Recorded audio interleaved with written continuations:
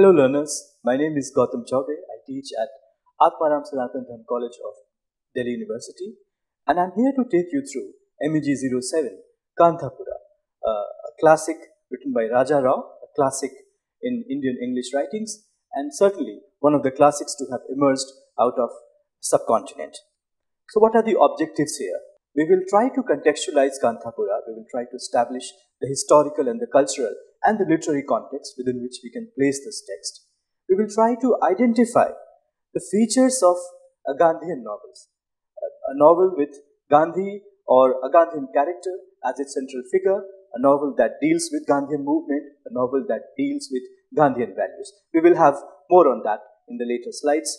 We will try to locate Raja Rao in the history of Indian English literature. We will quickly establish him in relation to other writers who were writing around the same time.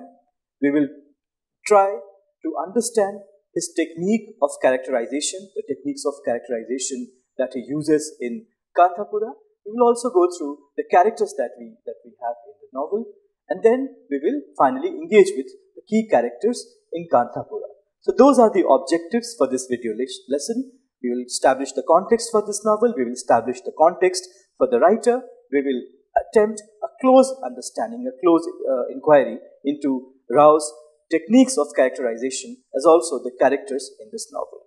So we place Raja Rao in this what I call the Holy Trinity. The three figures that you see on your screen, R.K. Narayan, Mulk Raj Anand and Raja Rao, were the earliest writers in the tradition of Indian English writing. They were the earliest novelists and probably three of the best known Indian English novelists of the all times. And if you look at their time period, R.K. Narayan from 1906 to 2001, Mulk Raj Anand from 1905 to 2004, and Raja Rao from 1908 to 2006. So they were born around the same time in India, around partition, when the partition of Bengal happened, and they lived through an entire century.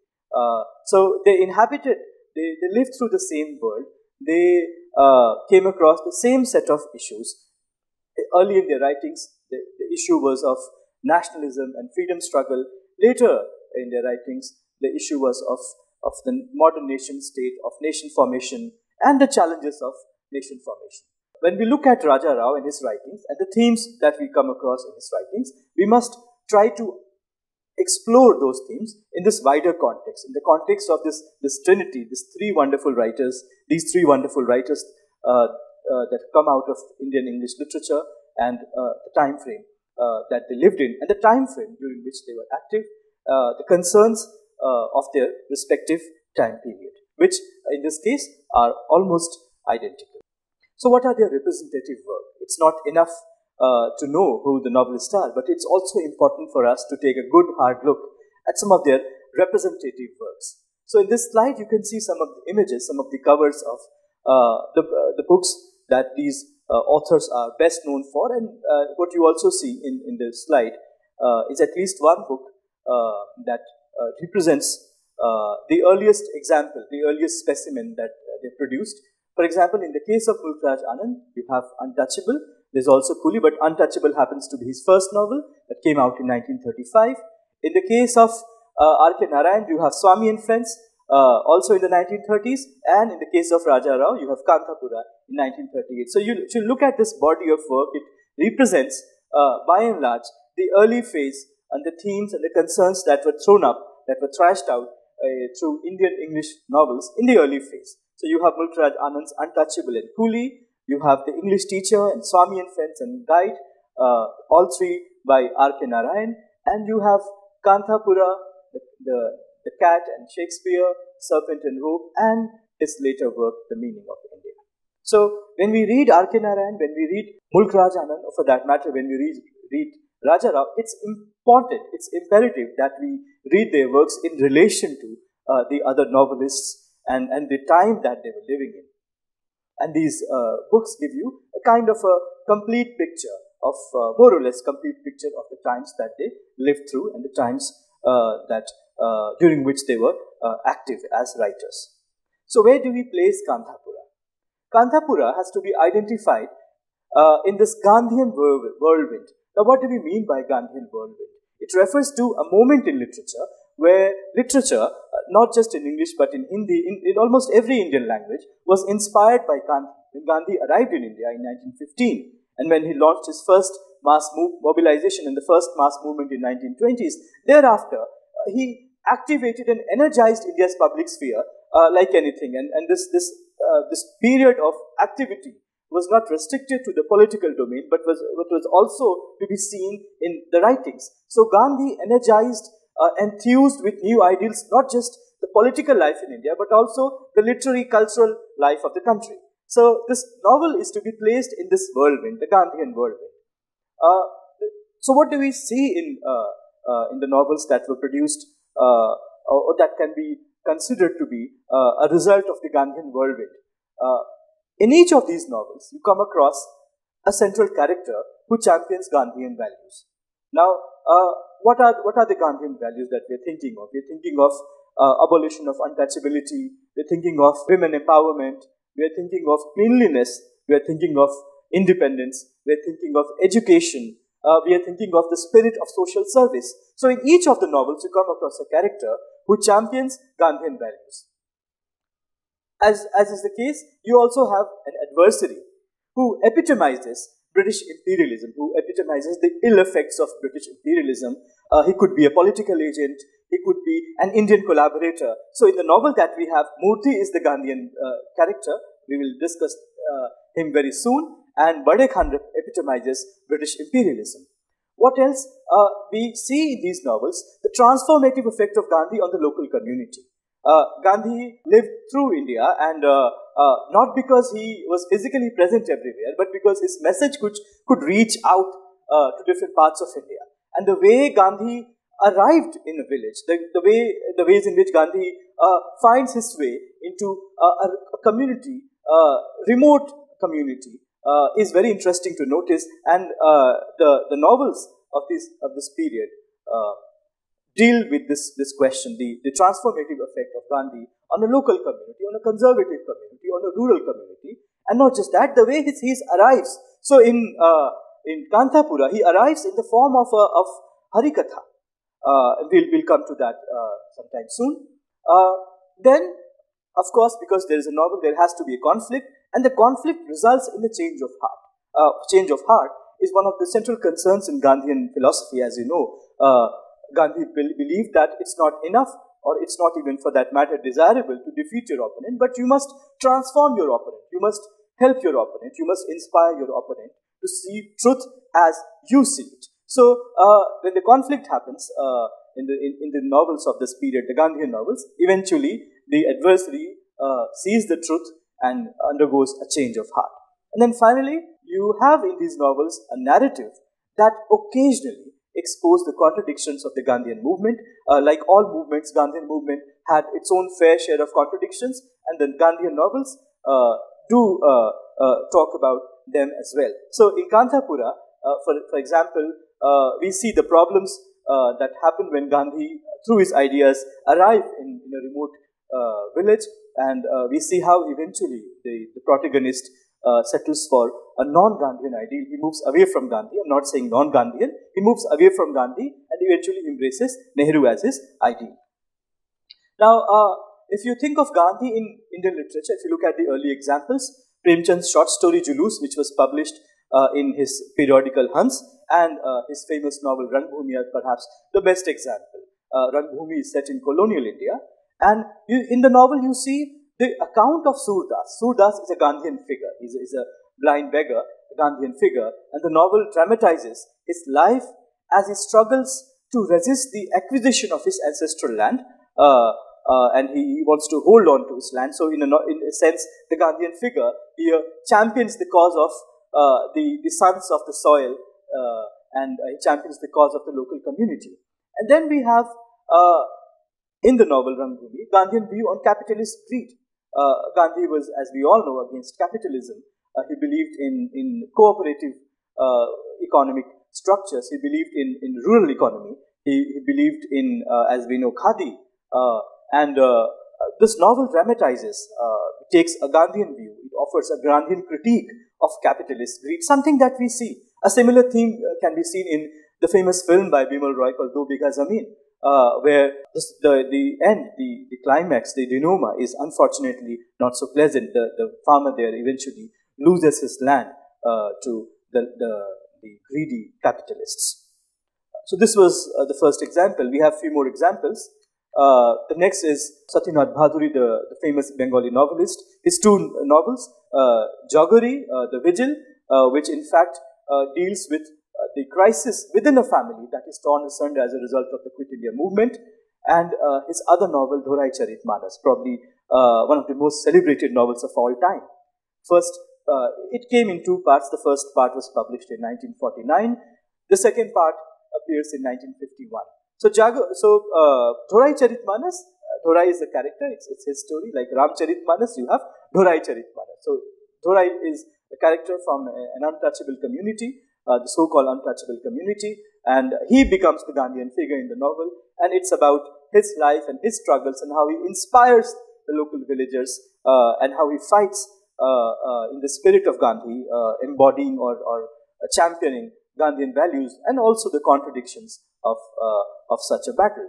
So these two are probably some of the most famous, along with Premchand's Rangbhumi, the best of the examples of Gandhi in Indian literature, early examples. Of course, Gandhi as a figure, Gandhi as himself, and Gandhian characters recur throughout Indian literature. The shadow of Gandhi on Indian literature is long and is unlikely to go away.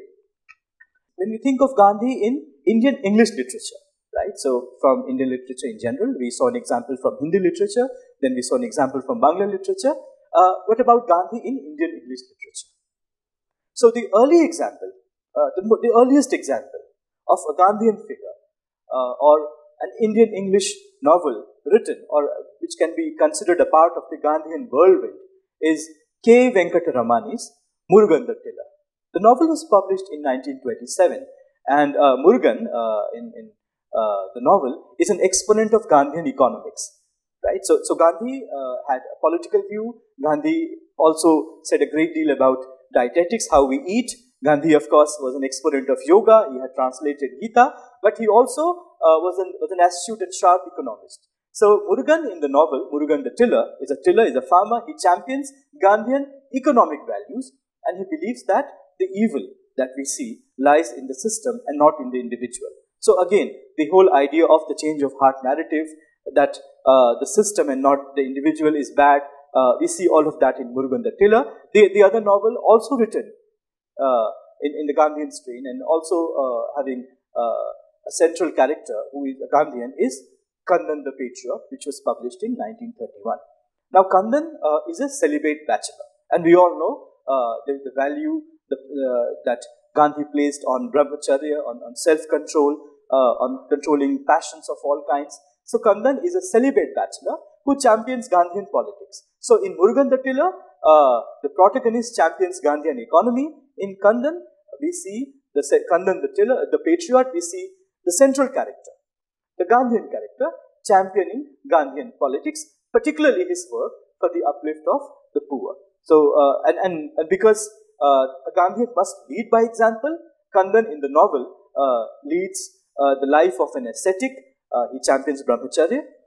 The other great example, and I have already referred to this particular novel in one of the early slides, is Mulk Raj Anand's The Untouchable, 1935. It takes you through a day in the life of a young sweeper, Bhakha, and it explores the questions of untouchability. And eventually, of course, Gandhi spoke a great deal about abolition of untouchability and suggested ways through which this evil can be overcome, can be conquered. But eventually, the novel settles for a very scientific solution to the problem of untouchability, that is a flush, a toilet with a flush. Now, more about Gandhi in Indian English literature. R.K. Narayan's Waiting for Mahatma and The Guide, which was later made into film by Devanand's Navketan production. Waiting for Mahatma is the love story of Sri Ram and Bharati. Now, it doesn't deal, of course, Gandhi is a central character and the Gandhian movements form the backdrop to this novel, but it is also a love story written in the gentle humor of R.K. Narayan, a love story of Sri Ram and Bharati. The former, that is Sri Ram, who is a high school graduate from Malguri, and his love interest, Bharati, is a volunteer in Gandhian Quit India movement. And he joins Gandhi. In the novel, Sri Ram joins Gandhi, not because he truly believes in Gandhian politics, but because he is in love with Bharati. So in order to be close to her, he gets close to Gandhi and eventually ends up becoming a Gandhian and ends up in jail. And towards the end of the novel, when the two tie a knot, partition is already underway. So 1947. The second example, of course, is of Guide, which was published in 1958 and which was later made into a film by Devanand. In the book, Raju is a local city guide who abandons a life of hedonism and becomes a saint, much to his own surprise, much of course to the surprise of the people who have known him, who have grown with him, who have loved him, who have also hated him. And eventually, towards the end of the novel, he leads the drought-stricken villagers in times of distress. So the story of the Guide reflects on this capacity that Gandhian values provided you to overcome not just the shortcomings that you see outside, but also shortcomings in your own character, overcome the deficiencies and the weaknesses that you see in the society, but also, more importantly, a kind of a spiritual awakening which empowers you from within. And that is what Guide was all about. So what is Kanthapura? What do we have in Kanthapura? What are the important things that we need to notice in Kanthapura? A Gandhian novel, an important Gandhian novel in the tradition of Indian English writing. The manner in which nationalist narrative penetrates rural India. It's important for us to notice the ways in which Gandhi arrives in a village, the ways in which his message finds its way into this remote part of India. The other important point is, even though Gandhi is distant from the villagers, it was physically impossible for him to be everywhere, although he toured India. In fact, the first thing that he did upon his arrival in India in 1915 was to go through the length and the width of the country. He traveled all over India. So although he toured India extensively, it was impossible for him to be physically present everywhere. The novel tells us that how Gandhi, even though he is distant from the villagers, eventually arrives in their midst. He arrives primarily in three ways: through myths and legends. So a Harikatha Vacha comes to the village and tells the story of Gandhi as though he were a god or a god-ordained individual, the selected one, and tells the villagers about his might and his promises and in ways in which he is likely to help the people of this country. He also arrives through city returnees. Now remember, Gandhi would tour cities, and he would more often than not address gatherings in cities. So a person who's lived in the city, when the person would come back to the village, he would have a great deal to say about Gandhi, and he would have a great deal to say about his politics and such. So Gandhi arrived in villages through city returnees, and of course there would be in villages a saintly wise man or an inspired college student who reads a lot of magazines, who reads newspapers and periodicals and keeps himself updated. So these characters too were instrumental in taking Gandhi to villages. So because this module, in this particular video lecture, we are looking at characters and characterizations. So it's important for us, therefore, now that we have established the context, now that we know what a Gandhian novel is, now that we know where to place Raja Rao in the history of Indian English literature, now that we know what themes he takes up, now that we know Gandhi, now that we have already seen some of the examples where Gandhi makes an appearance in Indian English literature as also in Indian writings, it's important for us to return to the question that we'll be probing in this particular video lecture, which is Raja Rao's characters in Kanthapura, and the techniques of characterization that he uses in this novel. So it's important for us to ask at the very beginning, who is a character? Right? In ancient Greek literature, character is in fact not a person but a literary genre that was inaugurated by Theophrastus. And what did this genre dealt with? It dealt with witty sketches of an individual. So it will have witty sketches of individuals from Greek world. In the modern understanding, the word refers to a dramatic personage. So you have in the plot is peopled by people, and these people are characters in the novel. So what do we do? What are we expected to do? A study of character is a study in qualities they exhibit. When we examine a character, like we will do in this video lecture, we in fact are looking at the qualities that they exhibit.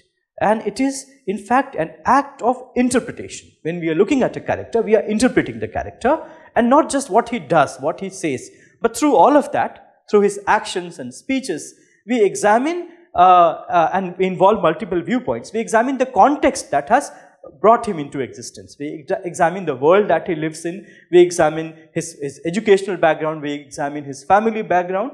We, in fact, through him, look at the world that he lived in, or that he addresses, or that he speaks of. Now, characterization. What do we mean by characterization? It would mean drawing the portrait of a character, as simple as that. So, what are the methods? Three primary methods. First is showing. The author would not himself comment on his characters. The narrator would refrain from speaking a great deal about the characters, but as readers you will see the characters walking and living and speaking and breathing through the pages of the novel. So the onus is on you as the reader to understand what the character is, to interpret his character. So the interpretation and identification of character, the onus lies in this case with the readers. This is the first method, where the author simply shows you. The other is telling, where the author in fact decodes or interprets the character for us. So there will be an extended commentary on character, on his characteristics, on his virtues, on his vices, on his taste, on his food habits and such, on the way he dresses up, on the way he looks. So the character is already decoded for you by the author, and this method is telling. Usually we have a mix of the two. So the author shows you the character, and at the same time he also tells you something about him. So you have a mix of the two. We see a mix of two in Kanthapura. So Kanthapura, who are the central characters in the novel? The village. Why? Because it is, after all, a Sthalapuran, right? A Sthalapuran, it is about the place, right? The eponymous character is a place and not an individual. So Sthalapuran, since it's a Sthalapuran, village is an important character. Then you have Murthy, the Gandhian character, Murthy's mother, Narasamma, you have Rangamma, you have Bade Khan and Rangegowda, you have Achaka, who is the narrator. We'll come to all of these characters. This slide gives you a list of the important characters, so that if you want a quick summary, you can refer to this particular slide. Now, what are the techniques of Rao's characterization? The most important thing to notice here is that the story, event and characters unfold from the vantage point of Achaka, the grandmother. So the grandmother is the narrator and she tells the story. So we see the story through her eyes. Now, what are the advantages of having a grandmother narrate the story to you? She speaks from a position of intimacy. Since she is the narrator, is a motherly figure in the village and has a personal affinity or reservation in some cases against characters. So she speaks about them as though they were her dear ones, as though they were her close friends, as though they were the dear children in her locality. So she speaks from this position of intimacy. Number two, there is also a sense of immediacy, because the grandmother is not an outsider. What we have in the case of a third person narrator, the narrator is someone usually not involved in the action of the novel. In this case, the grandmother is a participant in the events that are described in the novel. So she is a part of the action, she is a part of the plot, and therefore, in addition to this position of intimacy, we also get a sense of immediacy. She is in fact a witness, right? An eyewitness to the events that she is about to describe. Because she is an insider, she is also a critical insider, right? She has the ability to criticize, she has the ability to offer her opinion. It's not just narration that she offers. She offers much more than mere narration. She also offers insights, and therefore she is a critical insider. So what do we get in her narration? We get to know about the family, the professional backgrounds, and in some cases, their idiosyncrasies as well. So a very interesting kind of a narrator that offers multiple perspectives to bear upon her narration. And then she is also a truly organic intellectual and a chronicler, right? So chronicler is different from a historian. A historian has an objective perspective. He rummages through documents, but a chronicler is somebody who has in most cases lived through those incidents that he or she is describing, and narrates from a position, a vantage point of great intimacy. So she is a chronicler. Now, what do we gather about the characters in the book? We know that they are villagers, and the villagers are remote from the city. So they live in a world of their own, which is quite distant from the city. We know that the villagers here are quite talkative and opinionated. They speak a great deal and they have opinions about almost everything, and of course a great deal to say about Gandhi. We also know that they are trusting to the point where their judgment gets clouded. So these are impressionable, easy to mobilize, and people who trust, but eventually the fact that they are very trusting clouds their judgment. And then as we know, they are easy to mobilize. Gandhi and his ideas impress them, and they organize satyagraha in their own village. And then they are extremely religious and are easily swayed by religious vocabulary. And that this last point of their religiosity is an important feature, was in fact an asset of the Gandhian movement. If you follow the discourse that Gandhi uses or mobilizes in his politics, it is peppered with religious terms, for example, the concept of Ram Rajya. Freedom for him was Ram Rajya. So because the villagers are religious, because they believe in God, right, they can be easily swayed by religious vocabulary. So this is what we gather about the characters based on what the grandmother tells us about them. So what else do we get to know from the narrator's narration? We know that this is a novel that is not about individuals, but it is about people. It is about the village. It is about the villagers. It's not about a particular individual. It's about the village as a collectivity. And about this aspect, K.R. Rao has something very interesting to say, and I've put his quotation in the slide. You can read it.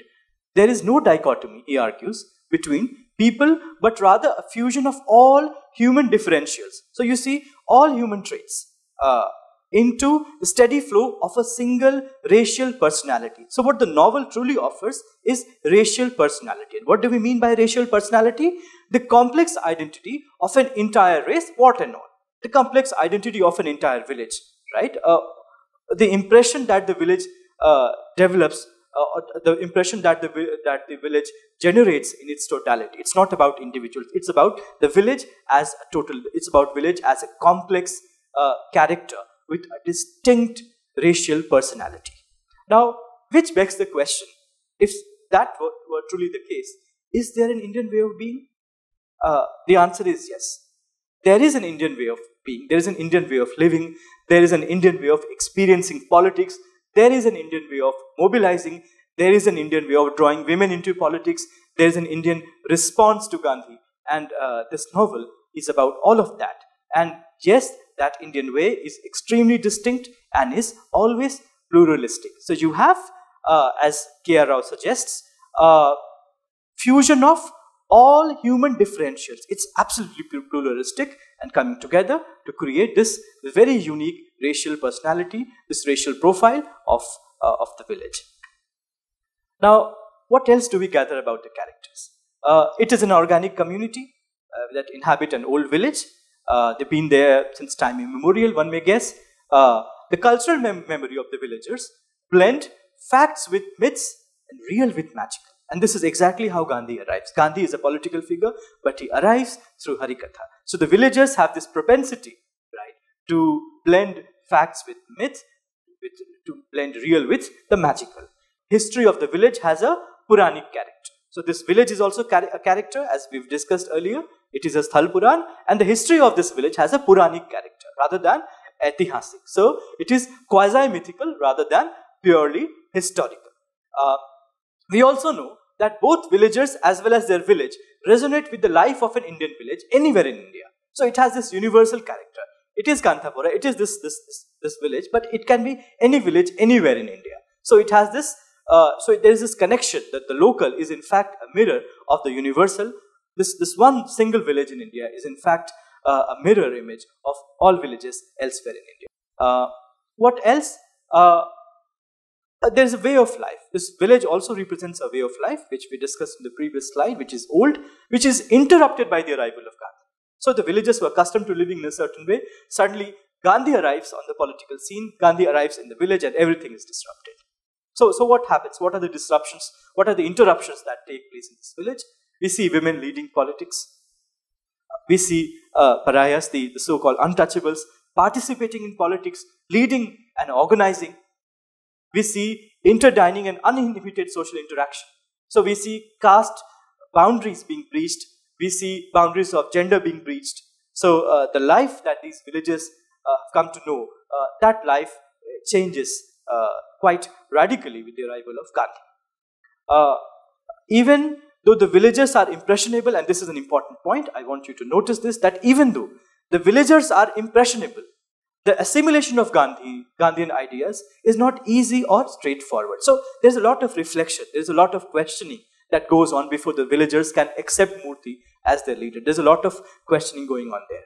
And then and the best example is Murthy's mother, who curses Gandhi. Why? Because she feels he's corrupted her son. So finally, if I were to summarize this video lecture for you, we have looked at Raja Rao as an important figure in Indian English writing. We have looked at the tradition of Gandhian novels in Indian English literature. We have tried to contextualize Kanthapura vis-a-vis other Gandhian novels. We have looked at Raja Rao's techniques of characterization, and we have quickly glanced through some of the characters that we see in the novel. We have looked at the ways in which those characters undergo change, are transformed with the arrival of Gandhi. And if you can think of a summary, we see that characters in Kanthapura have this infinite capacity for sacrifice. Sacrifice is important, particularly in the case of a political movement, and mercifully the villagers in Kanthapura have this capacity for sacrifice. They are capable of, although they are villagers and simple and impressionable, but they are capable of critical perspectives. They are, the narrator herself is a critical insider. The other characters too do not accept Gandhi uncritically. They engage with Gandhi, they try to understand Gandhi, they try to see if his teachings can change their lives, and therefore their engagement with Gandhi is not uncritical but quite critical. They can fight for their rights. We see that in several instances when the villagers organize themselves and fight for a cause that they truly believe in. They show remarkable resilience, and most importantly in Kanthapura, in the characters, we see a blend of secular and the sacred. The secular aspects of this novel, politics, uplift of the downtrodden, abolition of untouchability, that comes together with sacred, their religiosity, and Gandhi himself, who arrives in the midst of villagers as a character in Harikatha.